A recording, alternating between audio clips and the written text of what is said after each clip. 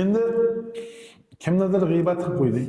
Bo'ldi, tushunib yetdik, xato qildik, gunoh qildik. Buni kafforati qanaqa bo'ladi? Nima qilish kerak? G'iybat boshqa bir bandaning obro'siga tajovuz qilish bo'lganligi uchun uni tavbasi qabul bo'lish uchun, tavba qilish uchun 4 ta narsa lozim. Birinchisi o'sha zahoti gunohdan tiyilish. G'iybat qilib qo'ydi, to'xta, g'iybat qildim, noto'g'ri bo'ldi, bo'ldi, bundan keyin qilmayman bu ishni. To'xtatish, gunohdan to'xtash. Ikkinchisi qilgan ishiga pushaymon bo'lish, bekor qildim shu ishni, noto'g'ri bo'ldi. Pushaymonlik hissi bo'lish kerak. Bo'laveradi emas. Gunohni to'xtatish kerak. Ikkinchisi o'sha gunohga pushaymon qilish kerak. Uchinchisi qaytib shu gunohga qaytmasligida qasd niyat qilish kerak. Bo'ldi, qaytmayman, bu ishni qilmayman endi.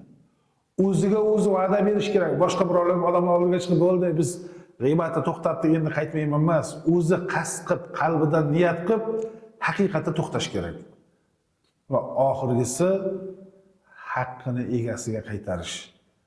G'iybatchi g'iybat qilgan odamidan borib uzr so'rash kerak.